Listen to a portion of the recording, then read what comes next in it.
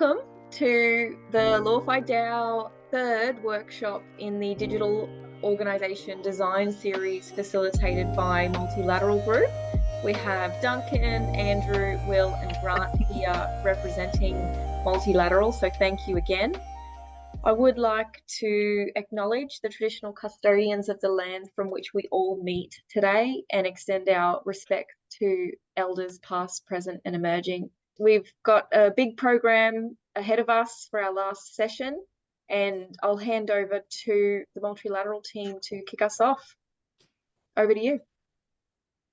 Oh, hi, everybody. We're going to start with just running through the post-workshop assignment review from last week, which was starting to get some high-level understandings of member classes that would be applicable to LawFi DAO, and starting to look at drafting out some initial thoughts from the group in terms of themes, rights and benefits, obligations, liabilities, and looking at collating the common themes that come through from the group. So that's work in progress, and we'll pick that up offline as well in terms of putting that together.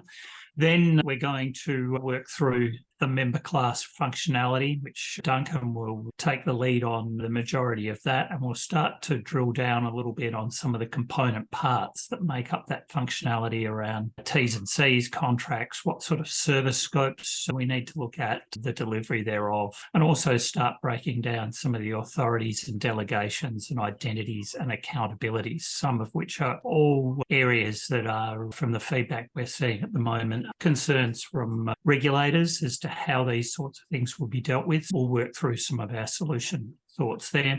And then also the member rights, benefits and obligations, as we just said. Then we're going to take you through the dynamic attribution and allocation system and how that works and how that can work for LawFi DAO. That'll be an important section because it really starts setting up what the incentive model looks like to take the group and the participants both in this workshop but also post-workshops in building out the fourth item on the agenda, which is the blueprint skeleton, working on the components, answering obvious questions and model feedback from everybody. But then that sets the tone for what's next. What these workshops have been, by the time we get to the end of today, is really an introduction to how to go about setting up the fit and the structural substance behind making what we want to be a very successful DAO going forward. We'll be making a call for participants to contribute, both in terms of the design, the content, and the implementation plan. And all of that over the course of time will culminate in us being able to go back and take a member vote. There are some of the things ahead of us today, but I think let's kick off with Duncan. You might like to lead the member class components and take questions from the group and then roll straight into the functionality components. Yep. We did issue for review the 5 member class names that we came up with, and then we added later post-discussion and the workshop, we added the apprentice and the designers as a member class that should be considered, thinking its rights and obligations. So first of all, I'll just start off, have we missed something? Would anyone like an explanation on one of those? Yes. Forgive me, just by way of clarification, can each member class be split into sub-classes? And the reason I ask that is because in the investor class, we may want to treat advisors as in on par to investors, because advisors typically get token allocation as if they were an investor. So that was my first one. Yeah. Here's the delineation. Member classes is all about rights and obligations. The enforceability is achieved by member class allocation. The transaction activity, including tokens, can be influenced by member class, but is probably more influenced by the transaction engine and the mechanisms there, which is the service definitions, because they're the things that actually identify and target when tokens get changed. And when we talk about DAAS, which is another view of looking at benefit. Then we do the third class, which is pure benefit. And we finished off with a discussion at the end of last workshop, we'll define benefit. Or what I wanted you to do is don't be constrained by thinking current benefit categories. Let's be open to what a benefit is. So I wouldn't want subclasses, because also it's a member class that provides services. I know that all the members who have achieved that member class have passed at the prescribed qualification and evidenced qualification to be able to meet the obligations of that member class. So you don't want to do, and then there's sub bits, that's all. If there's different rights and obligations, we just roll up a new member class. I think now it would be good to try and limit the member classes, because we haven't got the fully functional digital system. But once you've got a fully functional digital system, why be limited? There's your scalability. Yeah, so we'll just focus on the core member classes, even though we can add bells and whistles later. And then the other one was, just for clarification, is designers also, does that mean the developers of the protocol? I think this was more of a collective. It can include the developers, but aren't we designing stuff as well? It's really also recognition of the founding group. Yeah, okay. I'll just put a placeholder there for maybe a separate class again for developers, given that developer liability in relation to open source protocols is a very hot topic. Oh, absolutely. Okay, so I think there's several levels of design. There's conceptual design, technical design. I put technical design in with the build of the product. I mean, it's part of, here's the requirements, but design sits both sides of the requirement definition. There's the conceptual design. How will the bouncing balls connect? And then there's the technical. So yes, it'd probably be worthwhile having another group of developers. So Duncan, I was happy to chip in and tell me to shut up. Anyone can tell me to do that anytime. I'm used to it. Insurance view that I'm primarily bringing that lens to these kind of discussions. I think I made the points last time that we have to lock something down until we can really understand how they're likely to respond to it. And I think these discussions are really important. And I think, as we talked about last time, the positioning, how they're described and how they're understood and how clear they are will make it easier to take forward to the insurance market when it's required. Look, I guess from a design point of view, I've got these thoughts, but I'm not the lawyer. I'm not the governance person. I don't understand all these other requirements. So I'm reluctant to chime in too much on that side of it, because I don't know what the members really are going to want. And it goes back to that class discussion about what the different class rights were as far as votes and obligations and how that might be seen. And I'm not saying this just because it's the Queensland academic has referred to the religious kind of structures a few times, and I've kind of been tossing that over, and I'm not sure, has that sort of gone through the discussion as to the likely suitability of that structure to fit these class of members, or is it not a fit? I'd say this, it's a possibility. Anything's a possibility, but I'll bring it back to an operational point of view. Faith organisations have huge protection under the current jurisdictional environment as a church. And we're not dealing with that. We're doing fee for services. So the church can structure itself to have its non-risk areas and have, if you want to do it, is the impressionist side of a church. You have no liability, you don't have any obligations, but you can come and influence and be wise, okay? That's great, but correct me if I'm wrong, video full of lawyers. Being able to put up your hand and say, I'm a church, is a fairly significant legal gate to go through. Yeah, I suppose it was the concepts, and therefore, does that translate? And I didn't feel intuitively it did, but I didn't really have a view as to the rest of how it might work. What you've just said just tends to reinforce what I was thinking, was that it's good to have as background, but it's probably not. The thing is, I look at it, and a lot of the rights and obligations are to do with functions, and I'll go back to it. And this is a procurement and ordering concept in my head, which is an operational matter. Applies everyone. If you want to achieve one-click or token exchange procurement of a service, then you've got to have that service defined. Also, the providers of the service have to be under some obligation to the rules of the service delivery mechanism. They're the rights and obligations I need to be attached to the issuer class. Okay.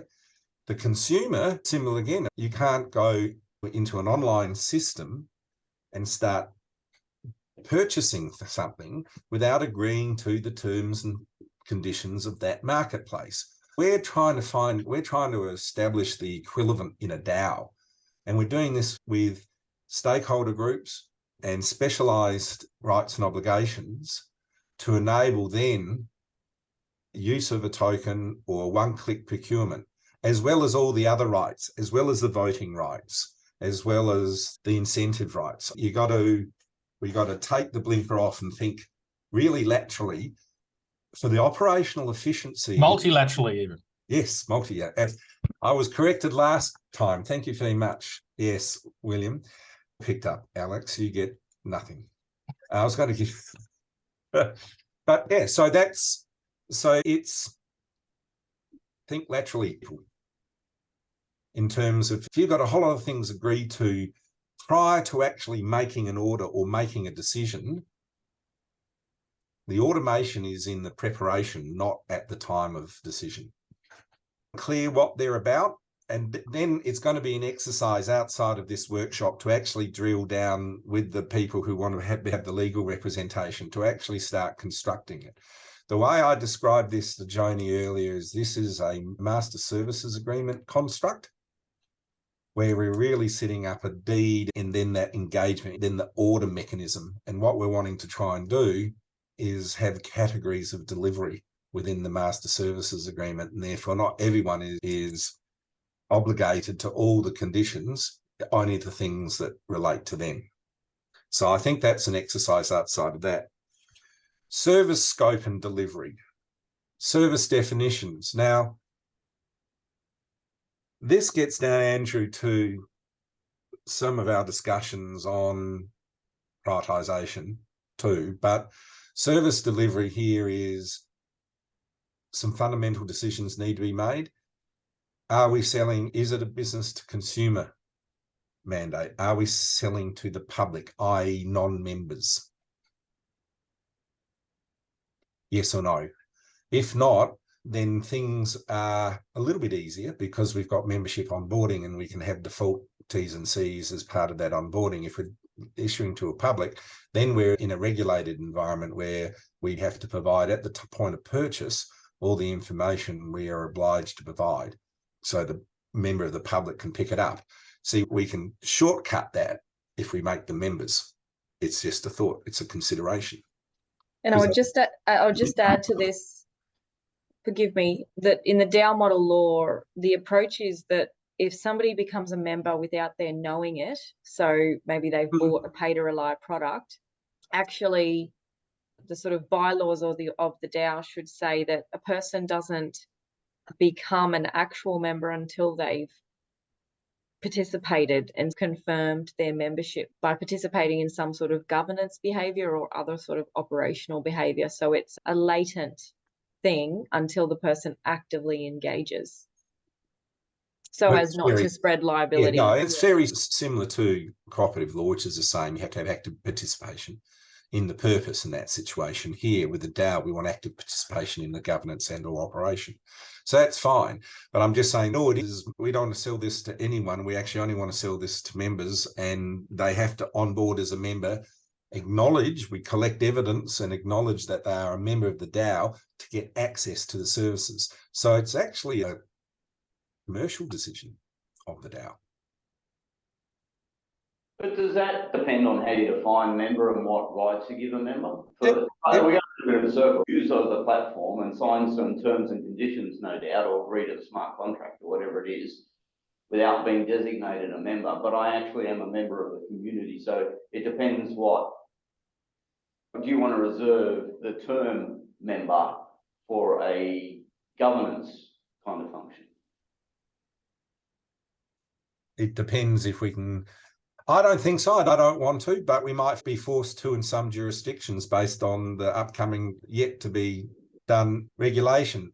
From an exemplar point of view, when we're talking about regulatory equivalence, absolutely not. We actually want member classes which allow us line of sight between particular regulation and a member class fulfilling that. So the exemplar membership is very much beyond just governance. It's what's needed to create the adapter between our member-based environment and whatever regulated environment by the regulated entities, whatever jurisdiction we're operating in. So you could have, for example, a member class called user. Yeah. And anyone wants to buy or sell on the platform, and they don't necessarily have any other sort of, they've got a right to income, but not a right to vote necessarily. Yes, this is the thing. If we're looking at a true rule-based environment, and so you're looking at smarts in the underlying digital, smart contract and the underlying digital information, there can't be any ambiguity in the rules, because remember, everything we do, even in smart contracts, ends up as zeros and ones. So there has to be a algorithm applied, a logic applied, which can be understood, explainability in terms of artificial intelligence. But at the end of the day, it's my favorite saying from my tech days, which was, hang on, you do realize this is zeros and ones and it goes through chips or conditional chips. It's all just electricity at the end of the day. It's got to be logical. We can't have uncertainty. I would just add that it's important, I think, to have the users or the consumers as a member class, because to serve their interests for any model of governance, we would want to make sure that as a class, they have a voice, and even as an elected representative, there's someone there that represents what the user or the consumer perspective is. So I lean towards them being a member, but yeah. We want to replicate an attraction mechanism, a customer journey coming on board. There's people who want to dip their toes into the lake before they jump in, which means we want a member class so they can observe. And maybe the governance membership is if you don't observe more than X number of times a year, because we've got an audit trail of that, you have to come in again, or not even that, we don't care. Because what you want to do is that soft landing into, okay, now you're signing up, now you're committing to something. Because if you want to sit there and observe, it's them seats at the back. If you want to influence, then you've got to start coming up to the front. All I can say about the services offered, and this is certainly in going forward, the service definitions and how they're delivered, depending on the member classes, will be actually a big part of the blueprint, because that's your transaction capabilities. You're actually describing and categorizing the digital transactions on top of the tokens. Okay, tokens write to a ledger. The ledger is just an index to a record. We still have to keep the records. Developing a digital organization, the token is just the index to your record environment. And so we've got to think about, when we talk about operational mechanisms, it's not just the tokens that we look at and how we use them. It's also the other systems and capabilities needed to be developed, particularly to satisfy the evidentiary load of requirements. Authorities and delegations. Has everyone got a clear idea? It says there's a management consultant of more years than I'd care to own up to. One of the first things I always ask is, can I see an authority delegations register? And it's not over 50% that I get a yes. It's surprisingly missing in even large organizations. But once again, in a digital organization, you want to know who in the organization. So the example is Multilateral is represented in LawFi DAO by Andrew. That was actually an intended delegation by us to him to represent the collective four of us. We need that, because if Multilateral is going to commit to something, then LawFi DAO has to have a line of sight that Andrew is actually an authorized officer in some capacity. Now, we've given it to him. He also happens to be a director of Multilateral. So in that role, Andrew not as our representative of the DAO, but Andrew as a company director for Multilateral, can also commit Multilateral to things in a format that is acceptable to Australian corporate law. So it's actually understanding under what powers or what authority or what capability that rests in the individual, that we get our true line of sight and actual governance capability. But if we have that, then the system stops approvals by people who do not have the authority to do. So just recently, because I've just stood up a proprietary limited company and distributed to the board members today, I have used our authorities delegation prototype to actually define manually the approvals that have been given to the directors, and I'm a director, and as well as given to me, I'm the chief operating officer. So I actually distinguish the authorities between the hats, because I don't want to be COO for much longer. So I've got to hand it on. But that's the capability we need to have. When I hand the COO hat on to another person, then the system needs to know, oh, Joni's now the CEO. And anything which needs a CO authorization, her approval will now do it. So that's what we're talking about in terms of this. I would add that the interesting thing about an authorities and delegations register in a digital context would be that you could create rules whereby a member or a participant cannot forego a defined delegation of power until there is someone else already in place to take up that, so that there would be no gaps. That is now possible in digital. There is, though, in designing it interesting, I have got included in the design that condition, because what if the person, sorry, this is a bit macabre, what if the person falls dead? What happens then? We haven't got someone set up. So yes, you're right. There's the continuance of authorization. You can timestamp it. You can actually say, actually, I'm delegating my authority to Joni for 24 hours, starting at 11:59 tonight. You could have contingencies preset in the situation, so that if I was to drop dead, it automatically goes to someone who's been yes, this is the thing when you're defining. See, this is the interesting thing. Sorry, details. When you're defining, you're doing requirements in the definition for a system. One of the flags or one of the configurable items, can the delegation be inherited? Now, if it's not inherited, which means I've delegated you, Will, but I haven't given you the ability to delegate. All right. So you have no inheritance capability. I can also delegate authority to you and pass on my delegation, so long as I've actually got the authority to delegate my delegation. So there's a complex web that you have to have all the configurable items set up and switches ready to go to be able to do this. What I'd add to this is the conversation we're having at the moment is very relevant when you look at it in the context of something like the Digital Regulation and Cooperation Forum Insight paper on Web3 that has just come out in the last couple of weeks over in the UK. Now, the DRCF is effectively the body that brings together four of the key regulators in the UK across areas like competition and markets, communications, IT, and financial conduct. So it covers all four key regulators, and what they've addressed when it comes to DAOs in terms of insights is they're looking at where their concerns sit in terms of the ability to take on these areas of how can they pin something against someone or some entity for decisions made. And it comes very much to what we've been talking about here about looking at delegations and authorities and setting up a key line of sight that addresses some of these issues. I'll dig out the link to that site and I'll pop it in the chat for people to have a look at in their own time, but it's very relevant right now.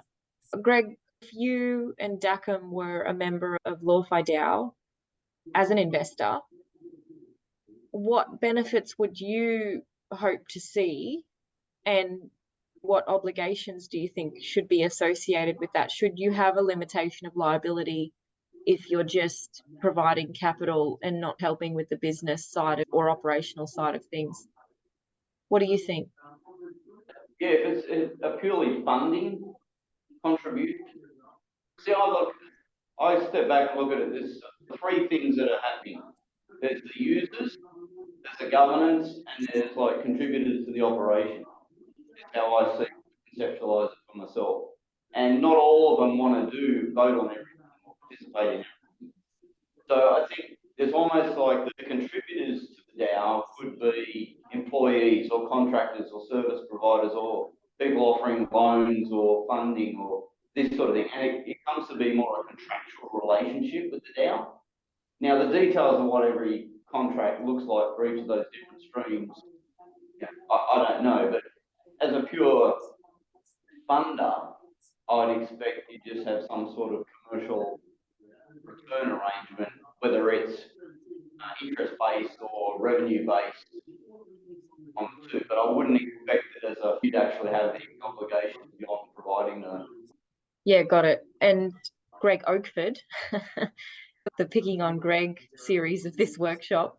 Greg, let's just say that you're a member in the consumer class. So you're looking at the pay-to-rely products and you've used a few products across different lawyers. So one from Bedazzle, maybe one from Law Firm 2, one from Law Firm 3, and you've identified that all of them could be improved if they were using the peer review function, whereas each of them were just providing their individual advice.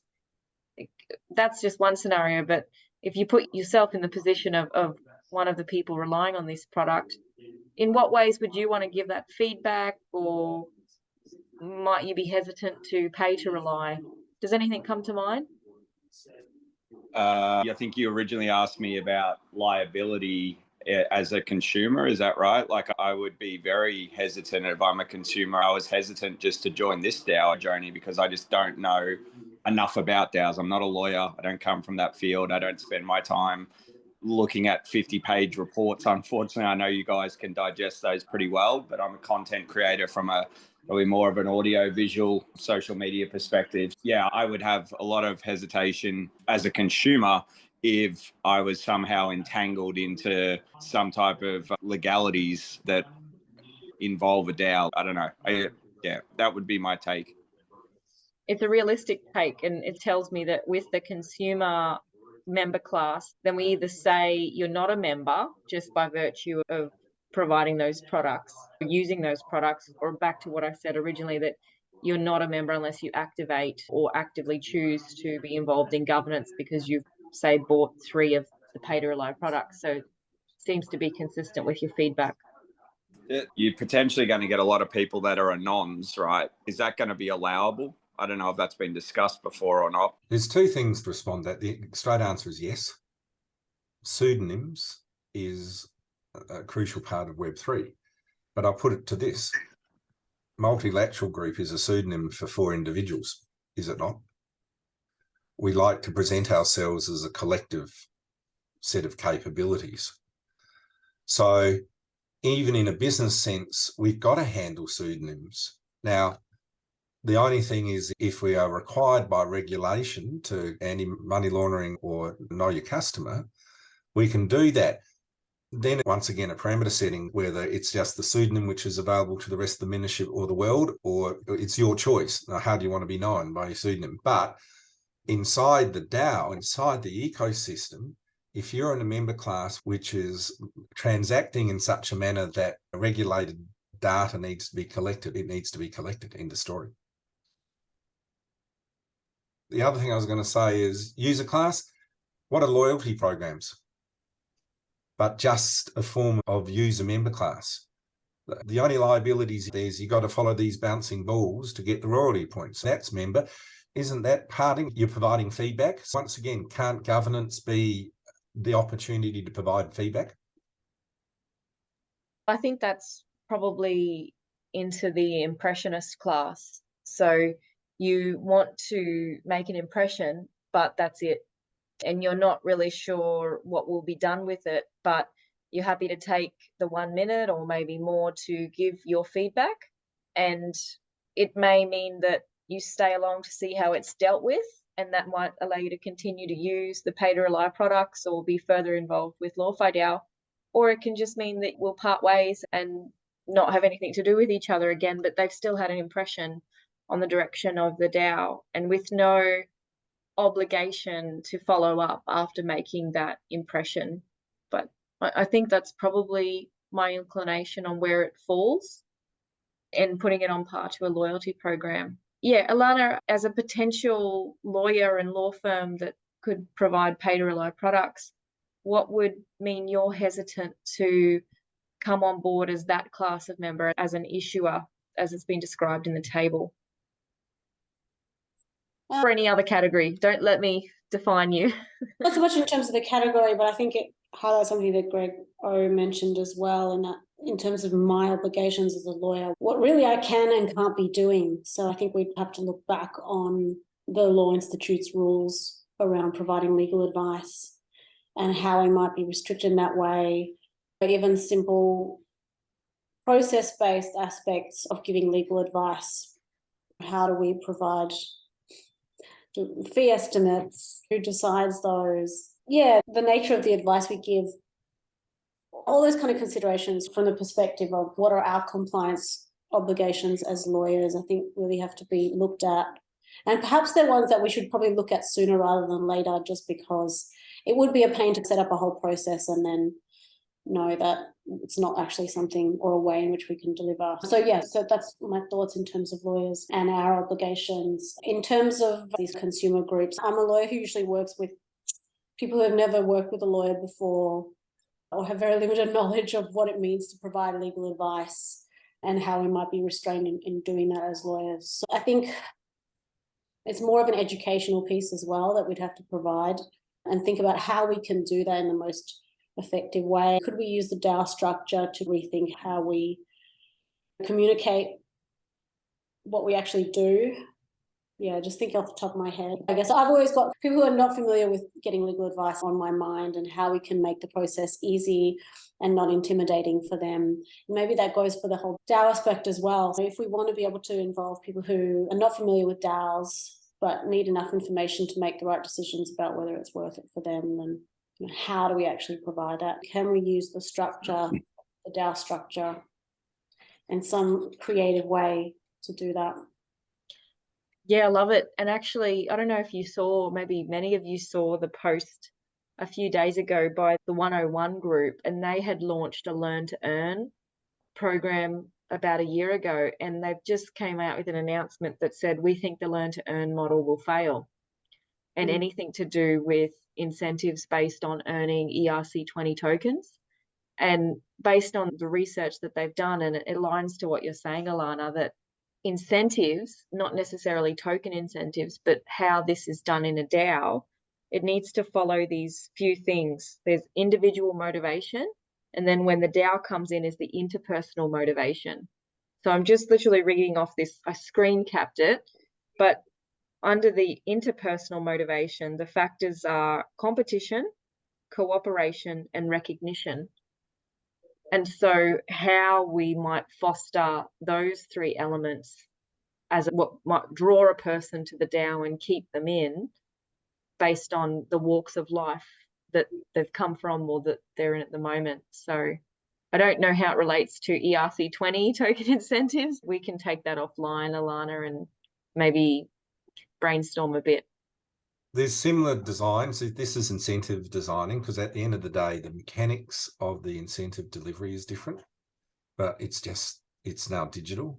So Andrew and I, in one of our cooperatives, which was a car vehicle cooperative, which was registered but never operated, the concept was excess and premiums even were not so much influenced by the typical analytics, but by self-education on driving, including the first thing is learn what to do at an accident, which is by research the area that car insurers are most frustrated at, getting their customers to do what they want them to do.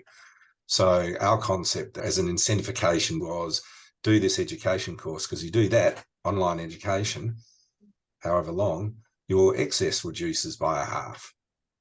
So incentives can be both carrot and stick.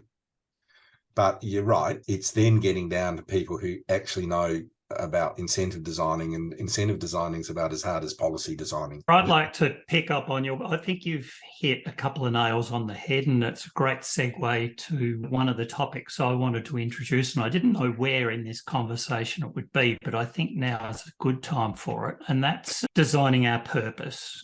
and breaking down our purpose streams. Looking at the white paper as it stands at the moment, and I was talking to Joni earlier in the week and saying in a cooperative, we get to do a purpose that drills down to 10 or 12 words that capture everything you know you want to do and all the stuff you don't know you want to do in the future because you're not allowed to change it. And that's hard, and it takes a long time to get it really drilled down. But if I categorize what our 3 current purpose streams are and ask people to start thinking about how they would consider LawFi DAO prioritise these in terms of how that informs our construct. And I've broken them down into 3. The first one is the affordable access to commercial, digital law and other professional services advice. So that's clearly the pay to rely on other stuff. The second one I've characterised as end-to-end knowledge chain education. And I say end-to-end and I say knowledge chain because at one end we are talking about policymakers, we're talking about legislators, we're talking about regulators. We're also looking at incumbent leadership bodies, we're looking at firms, we're looking at practitioners, and most importantly, we're looking at the next generation professionals, the people that are still at high school, still coming through uni and are just entering practice at the present time and have got their trainer wheels on. And that's a big classification and a very broad remit in education for us to have to think about how we deal with that. But it's also got a big long-term game on it too. So interesting one there. And then the third one is looking at this global leadership question and saying, what are our views when it comes to, do we want to establish and use formalised standards so that we can demonstrate self-regulation, etc., and look at that as a best practice model. So they're 3 interrelated things, but they are all quite different in their own way. It adds lots to think about in terms of how we may want to take that and what implications that has on structure and design, etc., etc. I open that up to the group for comment and discussion. And you can take it on notice too and come back later if you want as well. Maybe the hard question is, should we just focus on one? Or does one need the other two to be effective? Or could the other 2 be done by different organisations in different structures? Could they be done over time? So you focus on one and then a few years later focus on another. Letting the cat out of the bag, we think there are dependencies amongst the 3. Yeah. Oh, this goes back to I think to the question I was asking you, Joni, on a previous one of these, like why we're here. And my from what you said is you want to deliver pay to rely on via a digital platform. Like, so there was at least 2 of those items there. Like, you could go off and do this yourself. You could set up a company to do this, but the idea was actually to try it on a digital platform. So it's the digital delivery of accessible legal services is how I paraphrase it. And then a byproduct of that, we can train and educate and that sort of thing. But the actual thing is to get this up and running. That's the challenge, because the purpose could just be a digital delivery model, but then that's got much more of a for-profit slant, but wrapping the other purposes around it blurs that there's significant not-for-profit elements to undertaking that, even that for-profit exercise, if you look at it in isolation. And if we were to just do all of these things under one DAO, yeah, is that actually a risk or an exposure to risk of doing many different things that our members are comfortable with? And I think the resounding answer was no at our last AGM. So we have to break off some elements. Because do we want to just focus on the not-for-profit stuff? Yeah. Or the other way to do it is, because remember, my basis is always embrace the complexity rather than trying to deal with it structurally, because I think that's the easy way. I think if you timeline it, and you actually, what we've recently talked about in one of the organisations, let's draw up, forecast a life cycle. And what are the conditions that you would kick off the profit? If you start in the non-for-profit and you get to a level of capability where now you can monetize the effort up to now and make it a for-profit, then at that point, you can make a decision, because that's a forking or a sub-DAO, that can be actually written into the rules. What do members get if there's a fork? That's just part of the upfront definition. I like that. It doesn't have to be about profit. I'm not on this corporate profit. I'm on this because it's an interesting exercise. So I'm quite happy with that, but that depends on the other participants. But taking away that profit driver, I think, is helpful at this stage.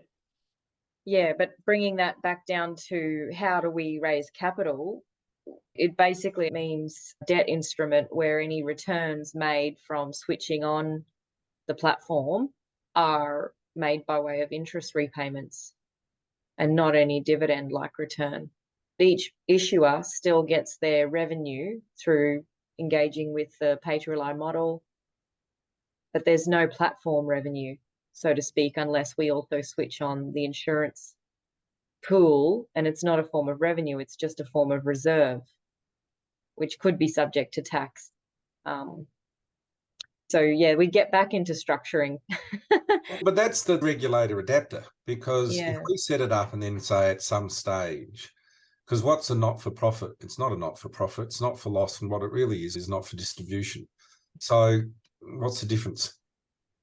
It's what you do at the tail end of the process. And once again, it's a configuration. You go left instead of right or straight ahead. From a digital perspective, it's just a configurable element. But we need to understand during the blueprint development, have you got a fee for service somewhere in your future? Is it a possibility? Is it a potential?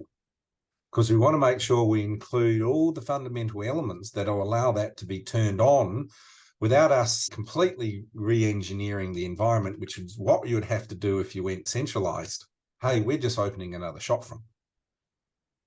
Yeah, it's a controversial topic whether any DAO turns on a fee switch to have an actual income stream that goes to the DAO and not necessarily is distributed to a portion of token holders or many. So yeah, DAOs, it's a very touchy topic because of the aggressive stance taken by at least the US securities regulators and ASIC with the recent enforcement actions against centralized entities and what is an unregistered versus should have been a registered security or a financial product. So we could have that as a configurable field that a governance model could switch on. But again, in the broad reading of the financial services laws, and this is not advice, if it gives you the option to participate in a financial benefit, then you can still characterize the scheme very broadly as constituting a financial product that is in need of a license. So even just having it as a configurable field does introduce risk. The other thing to look at is putting revenue generated or funds that would otherwise be distributed is going to be held in escrow to basically pay for any particularly tax liability which the operation of the DAO incurs. We can, in the Treasury, say this money has been withheld for one reason only, and if the money is not needed for that reason, it gets returned to the originated member designated to. I think, we're talking smart contracts now. This is not relying on people remembering this. It's actually laying it out and it's sitting there and it will be executed if the conditions are met. Yeah, and I think the sentiment or the reading that I get from our membership is that pay-to-rely protocol needs to be experimental only and not going live. So it's all dummy revenue, it's all testnet, and that is actually the experiment that achieves the other two purposes. And maybe the forecasted timeline is only at which point that we do have DAO recognition, clear licensing regimes for tokens, that our membership base is willing to actually switch on live the ability to use the pay-to-rely protocol and rely on the revenue and be remunerated for participating in other activities within the DAO. But until then, pay-to-rely protocol can only ever be on testnet with dummy revenue. That sounds like the compromise that needs to be taken here. So how would you fund developer costs and all that sort of thing? Is that donations in that model? It would have to assume donations or a debt funded, so interest returns could be made once regulatory clarity is achieved and the model can be commercial switched on and people can start using it. But all the meanwhile, the community is built around a testnet product. Or a future token distribution. That too. Yeah. But I like Duncan's comment earlier about not-for-profit doesn't mean you don't make money. Yeah. You've still got to make money. So you're still going to have to charge users or someone to pay costs of operating it. So there will be some fee generation somewhere, and if you're not running on donations. Yeah, and I always have in the back of my head what Miles said or brought to our attention, that a not-for-profit purpose is sacrosanct. And if you go from not-for-profit to for-profit, then it becomes very grey for the people that have donated, that they don't get a return on their donation. And maybe they never expected that, but it seems unfair for subsequently arriving investors or participants to profit from the benefit of those donors. Or maybe that's what's made explicit up front. This is a donation exercise, and the intention is that people will benefit if they can do so under a regulatory regime. Yeah, we see, obviously, we're an investment manager. We see a lot of these things where we help fund a project or operation on the basis that in the future, if it is successful, we'll get a certain share or dollars worth of tokens. So maybe that's an option. Is there a way we could structure it so that the initial structure is a not-for-profit, and then we potentially tack on a commercial arm / separate entity / separate related DAO, which if you invest at the early donation phase, you can somehow have some sort of priority entitlement once the commercial arm is tacked on? Well, yet to be proven, but it's certainly my belief that with the Exemplar model, we can have a DAO with multiple regulated entities as the adapter to the contemporary commercial environment. And that's why we got to think hard about the member classes to enable that we can quarantine people away from data and information or influence so that they can maintain their compliant nature to whatever their own onboarding requirements were. I don't want to do this. Or the requirements caused by being a member of a member class, which gives them the capability to operate via a regulated entity. So this gets back to, I embrace the complexity of the system. Now, whether it's possible or not, I see that as the experiment. If we're going to do a digital organization, then the high value of a digital organization is the flexibility of reconfigure. Okay, so yes, I'd like to see it very much as start off not-for-profit, and then it's an adapter. We don't have to redevelop. It's like a different power plug. That's the only analogy. When you take out the Australian adapter and put in the US adapter, your system still works. I just really want to applaud you, Alana, because you've given me a light bulb moment that I think distinguishing a donor model first, and if and when it's incubated, that there can be some commercial benefit, it splits the focus up, and you can then say, hi, donors, is this an area of innovation that you think should proceed whether or not it can prove it's like true experimentation, and it appeals to the donor's sense of, we need to fund it to allow it to further itself, because this might not go further, but it might spark something else, but it's still helping the innovation.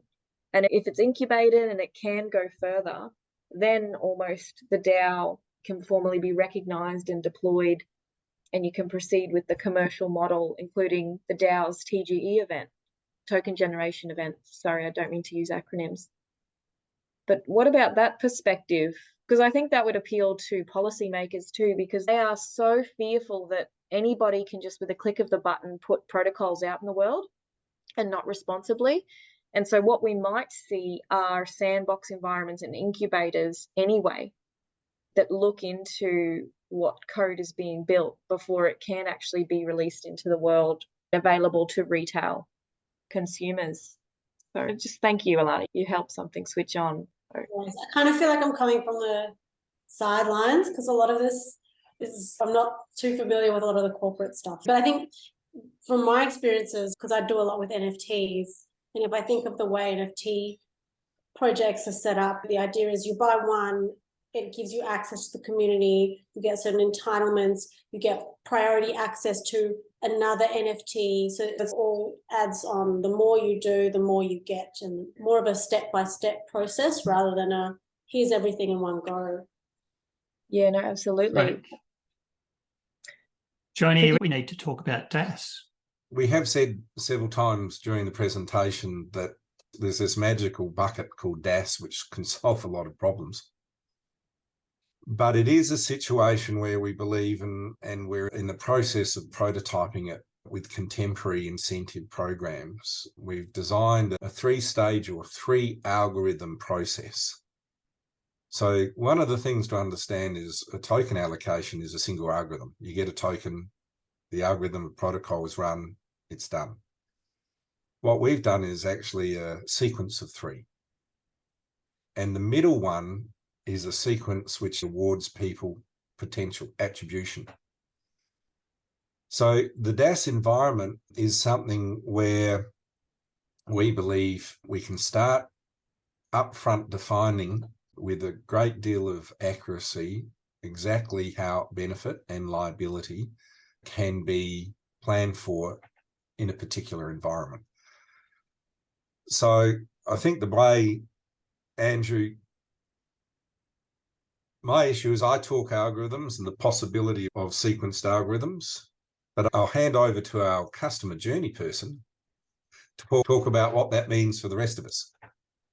Thanks, Duncan. So let's start with what is DAAS. It's called Dynamic Attribution and Allocation System. What does that actually mean and why does it exist? It's there as an incentive system for productivity, for innovation and creativity. And one of the areas that it was born out of was this concept of a value of an idea and how people hold back from really putting their cards on the table and their valuable contributions to a thing because they're worried that they're not going to be given due recognition, or somebody's going to stuff them over and they're not going to make the money that they should have made, or any number of different reasons as to why people don't really have a sense of contribution. And so that was one of the pieces that sat behind it. And another was the concept of personal value, and in particular, the value. So Endeavour being what you bring as a person through your experience, through your wisdom, through any numbers of areas of training or whatever, and your life experience to a particular situation, and how that can add value to a broader organisation and how to recognise that. So there were a couple of the broad brush principles that we looked at when we've started working on DAAS, which has been a journey of some 3 or 4 years to get us to where we are now. And we can roll it out in a manual paper form at the moment to prove it.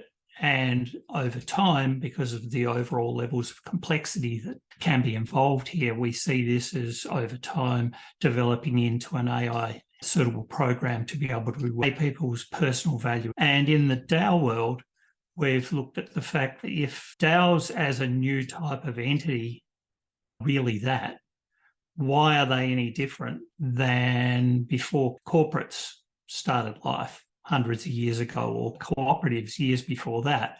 And we thought, okay, so we're now at this crossroads where technology makes a whole heap of stuff possible, DAOs being one and DAAS being another, as to how that works. And we thought, what would a future of work look like for people if, instead of being in the same job for 40 years, which is already redundant, but it wasn't 40 years ago, what if what they really want to do is allocate their bandwidth to a whole lot of different things? And some of that bandwidth and attention and skill set can be based on very much in a DAO type environment that meets their particular purpose. And you could be a member of a DAO that is there to put food on the table for you. It could be a hobby. It could be any number of different things. Some of them could be very long-term gain.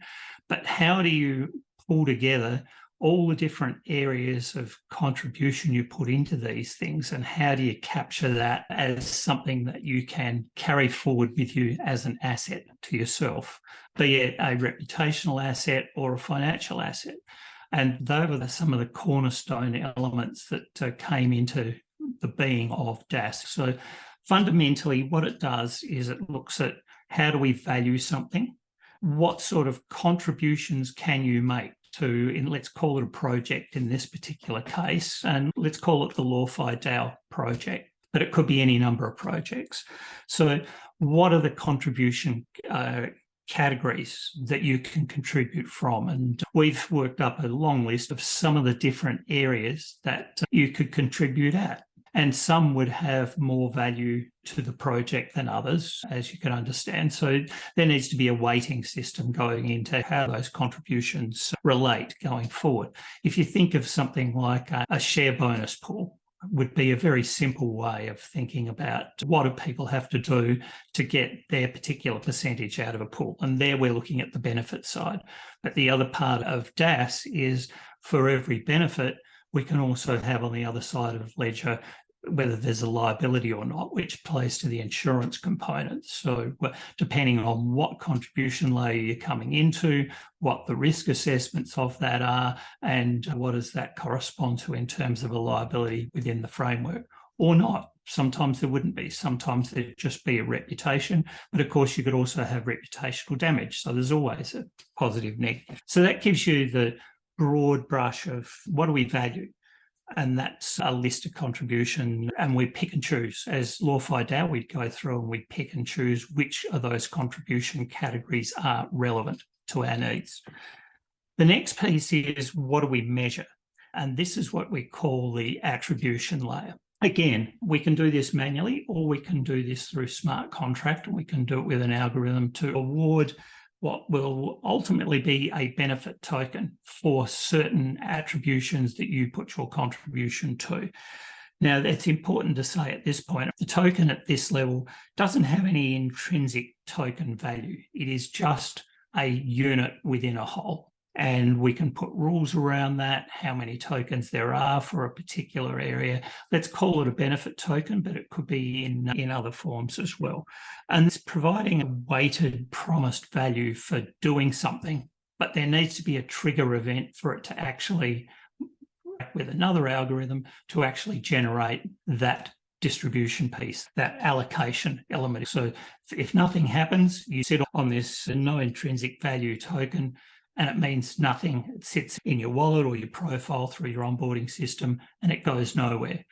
But if in these numbers of DAOs you're working in, one of these projects goes through and it meets the rules and it meets the milestones and sits within the boundaries of the smart contract on which it's written and hits a delivery trigger, then that informs another algorithm that is operated to divvy up the payments. And that's controlled through the Treasury, and it's paid by the Treasury, and it's based on a smart contract. So you can see how going forward over a period of time, what this gives people the ability to do if they've got their wallet set up and they've got different DAS benefits in terms of attributions against their profile. There's no reason in 10 years' time, when the market evolves and certainty sits in place, et cetera, why a worker that today can't go and get a bank loan because they can't demonstrate consistent employment or whatever reason there might be through the way the world works, they now have something that is evidence, that is based on the blockchain, that is delivering a stream to them, that they can demonstrate income and pay tax on that income in their jurisdiction that they operate in, as they would now. And it can create this opportunity to use your DAS portfolio as a personal asset. And that opens up some very interesting possibilities down the track. At a very high level, that's what DAS is. There's a whole lot of operational stuff that sits under the hood, as you would expect, which is why Duncan hasn't spoken through this, because he's got it all laid out in very detailed operational format. It is very much at the stage where it is there to experiment with in a number of different areas, to trial and test and open up the opportunities to automate this going forward. One of my initial queries was the benefit tokens. If we haven't sorted out our tokenomics model, how does that work? But it's just that unit of measure. So please don't confuse it with that. But once you're doing that and tracking all of the units of activity or of benefits that people are entitled to, the next step is the algorithm that then allocates the fiat currency or the actual token benefit out. And again, if our DAO doesn't have any fiat money, or we don't have a pre-mined amount of tokens, or we haven't defined on what basis tokens can be mined or emitted based on those benefits accrued, then we fall down flat on the last element of what's required in the DAAS. So it still comes back to us to define in what way we will remunerate people for the benefit. And again, the most conservative position would be by way of probably cash bounties rather than anything to do with tokens, as well as applicable terms. But yeah, it's just a perspective. That's been constrained by the current. Let's crack it open to the future. Andrew talked about Endeavour value. Now, very simply, Endeavour value, let's talk some easy Endeavour value. Wisdom, experience, and competencies is 3 of them. Wisdom is codified experience. It means I've learnt something from my experience and I've used it to enable me to pass on the lessons learnt from that. Now, if we put them up as value types in a DAOs treasury, the fact that I have participated in creating a DAO, if Exemplar DAO gets up and operating, I'm going to put up my hand as my capabilities and competencies and say, hey, I've done this. Not only that, in a DAOs environment, I've done it under smart contract where it's actually being recognized because of the conditions met. It was met on time. It was done on budget. It met expectations, whatever we've defined. I actually get some verified experience and wisdom acknowledgement in my treasury account. So we're looking at that as we want verified CVs, verified LinkedIn, evidence-based LinkedIn. And I'll leave this thought teaser. If I have 2 DAOs who are both operating a DAOs environment, we've set up the capability to do interoperability between DAOs treasuries, including on interpretations of benefit. So DAO 1 might benefit one thing, DAO 2 not so much, but we have the ability to exchange via a known formula again. This is the sort of lateral thinking you've got to come into that digital world. What can we do? And if we're playing by the same sort of framework, and how can we handshake? It's a difficult concept. It's a lot of things to get your head around early. I wonder if there's a simpler way of saying, what would make you want to contribute to the DAO? And if somebody else was also building a pay-to-rely product, what would make you come to this DAO? I actually think the second one's more important. So please accept then, I'm the engineer part of this equation. I'm trying to get across that we've done enough investigation, interrogation. We've got to the point where the only way we're going to prove this is actually try and make it happen. So that's where we're at. The comment of what Joni just said, which was, okay, can we do a better explanation? Oh, absolutely. You never get engineers to do the explanations. That's okay. I think just to summarize, it was really Alana's feedback. Familiarity with the NFT ecosystem, it's just bite size. And I think that's probably how we need to think about describing any incentives with LawFi DAO, that we might come up with our dream plan, but we just release it bit by bit and focus on a new announcement once a month or once every quarter on a different way of contributing or leveling up in the way that you're already contributing to access those benefits, and follow a bit of the NFT model, which is familiar to both Web3 natives as well as the mainstream that have entered by virtue of these NFTs. So I hear you loud and clear, Alana, and I think that we'll take that feedback on in trying to come up with a design, an initial incentive design. Leah, did you want to add to that? Yes, in one of the other DAOs that I'm involved with, we went through a similar exercise, and that's a very different structure. But again, the question of incentivization and contributors and how much people contribute in terms of time versus resources, such as money, for example. So we went through the same thing, and we are leaning probably towards the token thing because, again, separation of what people actually bring to the table. So some people might invest the funds but not contribute as much in terms of their time and effort, etc. So yeah, I think it's definitely something that, if not all DAOs, but I would imagine many tackle that kind of problem in terms of how you actually incentivize people, because there are people who might want to contribute in terms of completing certain tasks, but will not necessarily be rewarded back if they hadn't put in the funds in the first place. So it's a really interesting discussion, I think, and that split between different types of contributions as well. And the contribution, we've got a list, it's not the list. And also we're looking at it and saying, we don't mind to have a little bit of overlap. You might want to describe a contribution very broadly, or you might actually want to describe the sub-components of that contribution as separate contributions. So it really is, how do you want to encapsulate that set of stakeholders and isolate them for a particular algorithm compared to someone else? So it can be as broad or as narrow as you want. I'm just mindful we have not got to the blueprint skeleton. All I was going to do is show everyone a table of contents. We have a lot of material sitting in the background. Some of it's quite deep. So we have the verification use cases, which are used to do road testing and acceptance.